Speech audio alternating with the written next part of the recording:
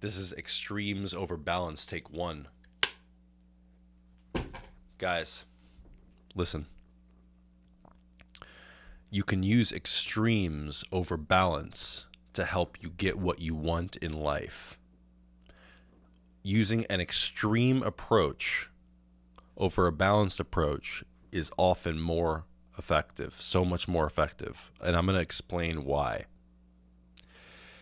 A balanced approach is kind of foolish if you think about it, if you're trying to achieve a large, intense, difficult goal. Why? Because you're literally on the fence of failure the whole time. Think about it. If you're balanced, you're literally on the in the middle of the one side and the other side, right? Work and life balance or whatever it is. If you're right in the middle, you're basically on the edge of failing either one of those. If each one needs 100% of your attention. Now, maybe it's not work-life balance for you, but I'm just saying the extreme approach is so much more effective at getting what you want done when you need to get things done. If you take the approach where you are far from failure, you can basically afford to fail a bit without completely derailing your day, right? This would be like if you want to eat 3,000 calories per day and you want to lose weight. Or let's say that you're burning 3,000 calories a day and you want to eat 2,900, right? You're only leaving yourself 100 calories of margin there. That's very slim margin. You have to have perfect discipline to lock that in, right? If you slip up 100 calories, you blew it. But most people who can't achieve their goals they lack that discipline. So you see, you can use this extreme approach to keep you further from that failure point. And this is why it's so effective. If you're only eating 2,500 calories a day, now you have 500 calories, 5 times the buffer. See the difference? Also, an extreme mindset is much stickier, meaning if you get derailed off your path one day, off your goal one day, if you were extreme before, like really, really dedicated and intense with it, right? It's going to be so much easier to get you back to that point than if you were just like willy-nilly, just balanced, just kind of dabbling in it, going light a little bit per day, Now it's fine to get a little bit it's fine to be 1% better per day. But you don't want to be on the edge of failing in terms of like, just like, I'm gonna save 100 calories per day to try to lose, 50 pounds. Like, okay, but that's going to take a long, long, long time. And you need perfect discipline the entire way. I would rather just get it done with. This applies to your business too, guys. Okay. So think about this. Do you want to have your goal be to be average or to be the best? Now you're probably saying, well, that's extreme. Well, yes, but that's the point here, is that you have to kind of choose. Do you really want to choose somewhere in the middle or average, or why don't you just try to be the best and then you'll end up somewhere near that, hopefully. That's the idea here. It's not like you actually have to be the literal best in the world. You just have a goal, a direction. And by wanting to be the best versus being average, for example, that's going to actually have you winning, right? That's going to actually have you succeeding, versus a situation where if you're successful at being average, you actually just like succeeded at losing in a way. From my perspective, because guys, let's be honest, that the average is going down right now. Okay? The average is going down, not up. So don't aspire to be average. That's like actually an insanely bad tactic.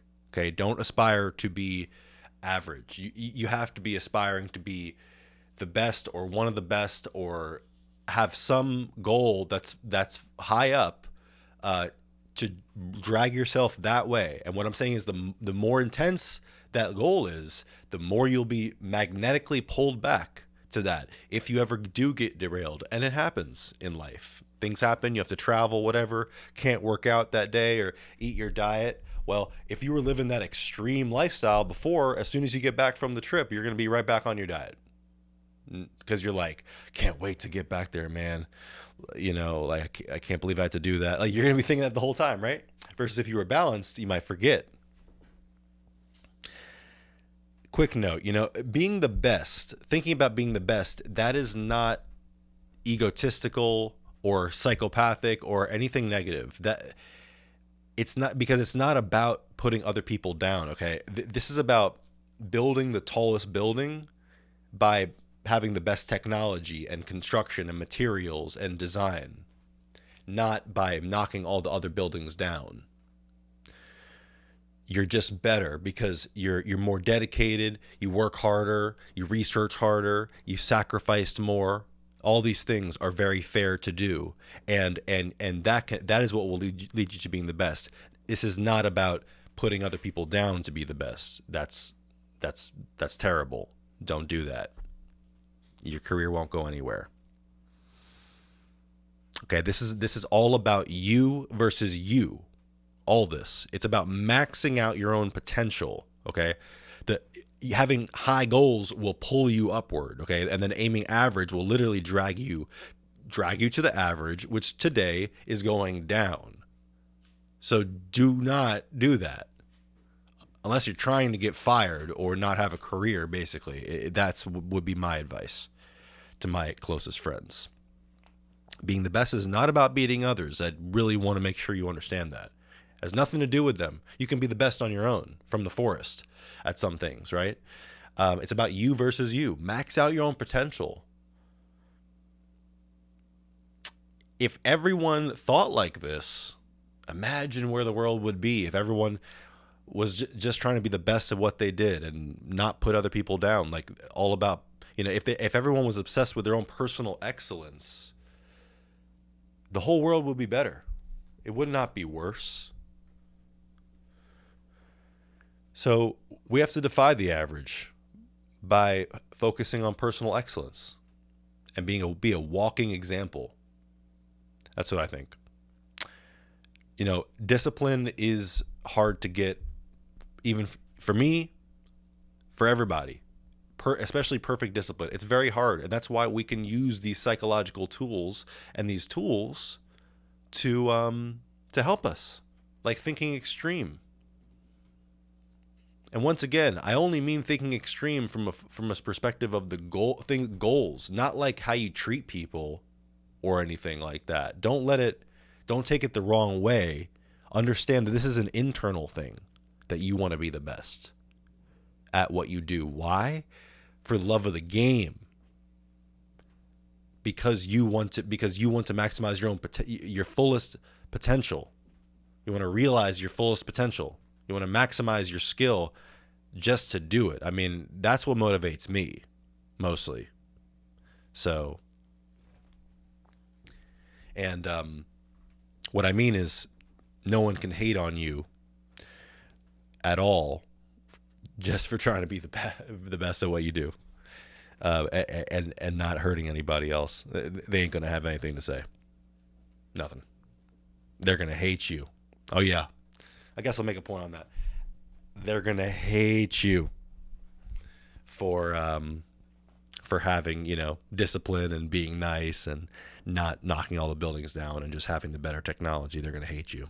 Normal people, or loser mindset folk will hate you for working hard and researching more and developing more and just being better. But hey, you didn't knock any buildings down. You just wanted to build the best building and live out your full potential. I use this to completely conquer my diet. That was very difficult before, but by using extremes such as eating one meal per day and what I eat, just primarily steak and coffee. I'll get into that later, but you see, by taking an extreme, it solved my problem.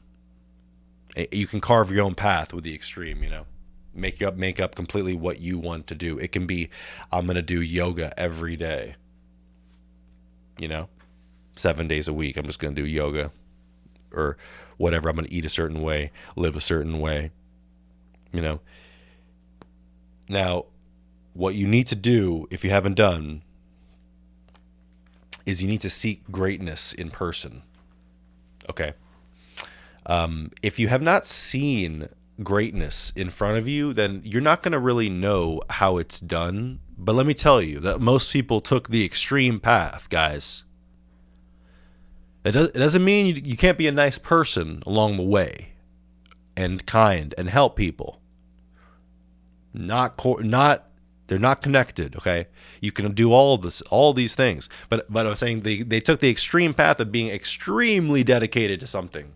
Oftentimes for decades. I mean, even I've been dedicated to something for almost 2 decades now. Between a decade and a half and 2 decades, I'm like 16 years.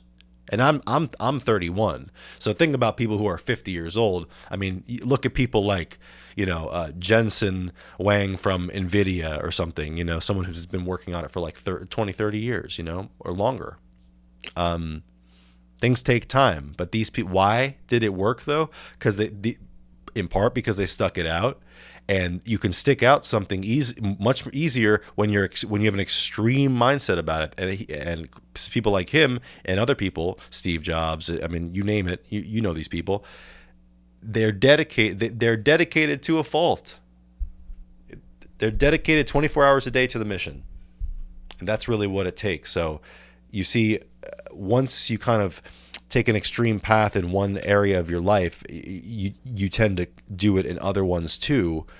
Like find how to use that in a good way in other places, and that's what you should do.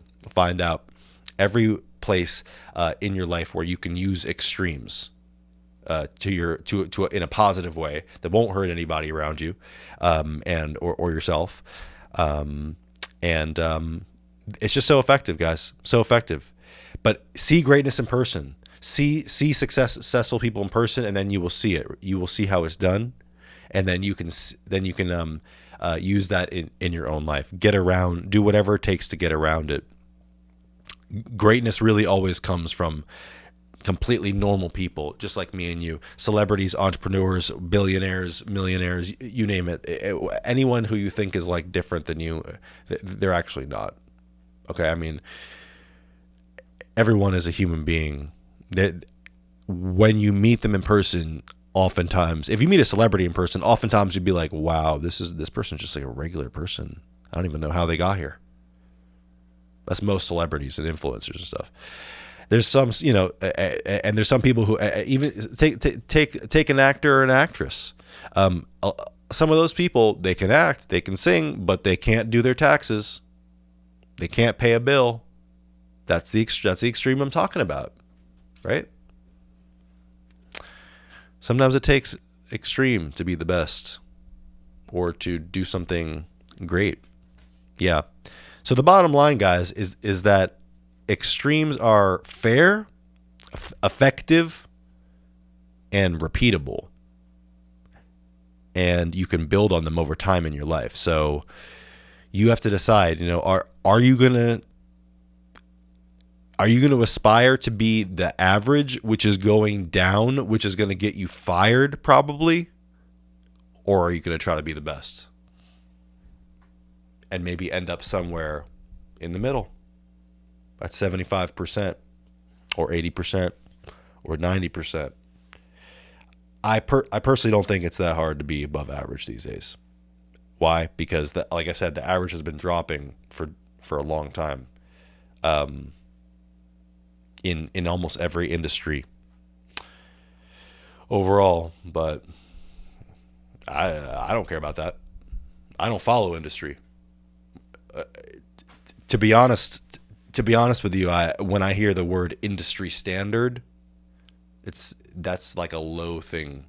That holds a very low legitimacy for me. It holds a very low place in the quality. Okay, why? Because industry standards are like bare minimums, basically. People mistake them as we should do this, especially in video. So and then people use the industry standard gear and don't even know how to operate it either. They just buy it. They just buy it because everyone uses it and they don't know how to use it. And then it sounds bad. So weird things like that happen, you know. So decide, are you going to be good enough or are you going to be the best? Only one will lead you to your goals. Take the extreme path and find it for yourself. All right, with that, I'll leave you guys. Might follow up on this one. And let me know if you have any questions or comments. Leave them down below. Appreciate it. And I will see you in the next video. Peace.